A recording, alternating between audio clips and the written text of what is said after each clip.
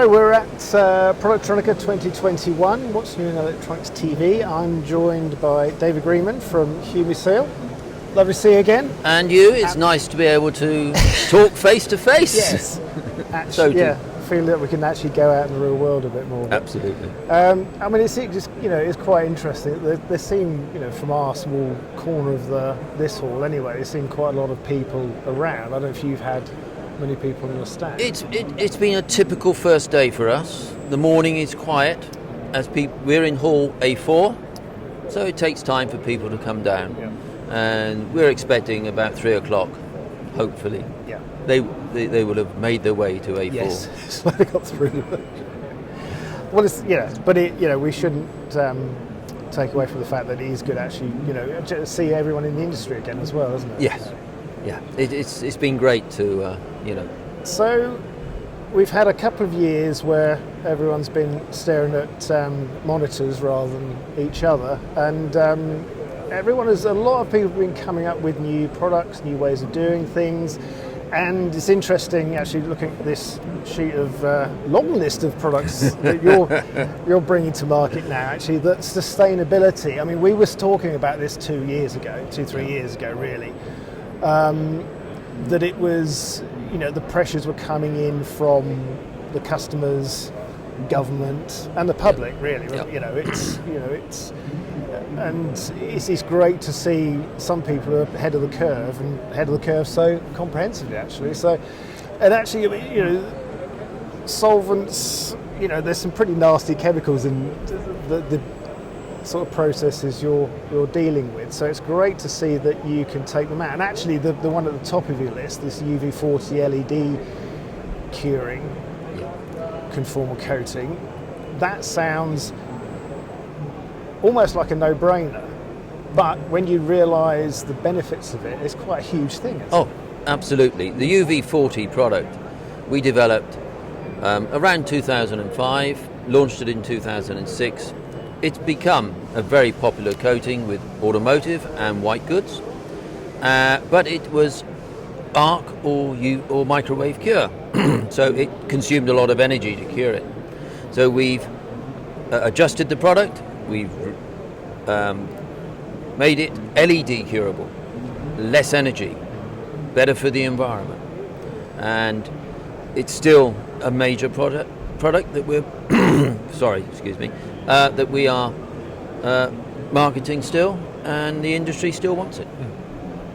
And it's also, if you don't take these steps, it hampers the whole industry, doesn't it? It's like it takes all of these, even if they're smaller steps individually, they all add up to workflow that affects everyone. And actually, some of these other products, they're aimed at making the working environment much more friendly and less toxic, isn't it? Absolutely. So this UVA 300, another LED cure one.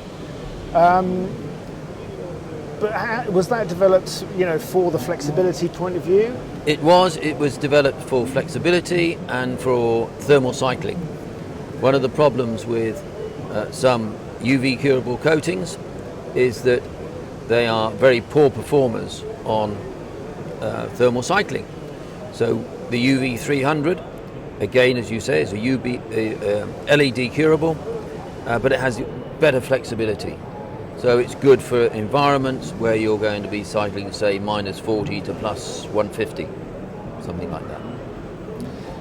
I mean, developing these must take a fair bit of testing time. It's not just testing, is it? It's proving that they're viable to start. It's proving they're viable. We have a stage gate system which has 8 stages that our R&D people have to work through, and that's from initially establishing the concept for the product, designing the product, testing the product, both for application and for its electrical properties and its physical properties, and finally to introduce it into the production team and of course the quality control team.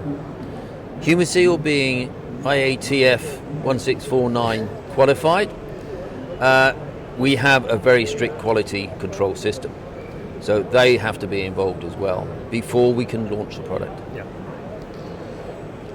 How much of these demands have been coming from customers? A lot of these are driven by customers. Electronics is finding its way into more and more of our lives. It's finding its way into more harsh environments. And the packing density has increased. Fine line technology, very narrow tracks, narrow widths between tracks, is all, I like to say, in the old days, a conformal coating was a nice to have. Today, a conformal coating, in lots of instances, is a must have, because these products are going into areas, especially electric vehicles, that are getting vibration, they're getting temperature variations. You know, they can be sitting outside in -5, somebody jumps in, drives off, and you're generating heat simply by controlling the power going to the motors. Yeah, yeah. So, you know, the products are driven by that to a certain degree, but also we are very sensitive to what's happening with the environment, and we are always looking. Our solvent range is still very, very in demand, despite what's going on. So we have to find solvents that are more friendly to the environment and also friendly to the humans. As most people know, toluene and xylene have been established in Europe as a not nice solvent. So we've developed products, especially in the 1A33 range, that have low odor solvents and more human-friendly solvents. And also with the 1A33 range, this has allowed us to modify the product slightly to improve the cure cycle. Yes. So we are continually striving to make our coatings more environmentally and human-friendly. Have you seen more developments and demand for developments in the past few years as opposed to the previous 30, say? I would say yes. As I said earlier, the industry is now putting boards into much more harsher environments, and therefore a coating is a product that needs to be there. You only need to have a condensing atmosphere, and your board could fail. You could get an intermittent fall. You could grow dendrites. No clean in the old days was no option if conformity coating. That is coming back. A lot of clients are now looking to clean before coat. Right. The military have never stopped doing this, of course. Well, I was going to say defence is a huge area where there's huge developments being made all the time. Right down to the individual soldier with the equipment he will carry into the field, up to what goes in all the vehicles. Yeah.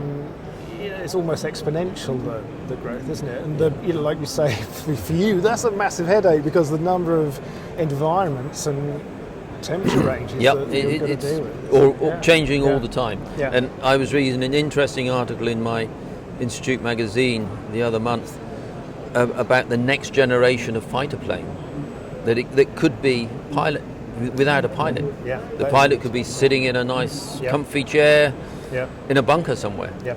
But that is going to be full of electronics, and all of those electronics are going to need protection. Yeah. You've got to have a really high rail in that situation. Well, I think the DSCI recently, they had autonomous ships. Yep. Or boats rather than quite the size of a ship, were they? But like you say, and then drones, they talk about fighters, and vehicles on the battlefield. Yep. So there's a lot of work for you. Yep, and certainly we at Humiseal are determined to keep up with the demands of the industry and the demands of the environment. We are changing our standard containers for our coatings to a plastic container. Right. Now a lot of people say, oh, plastic, but these can be shredded, recycled, and without any problems.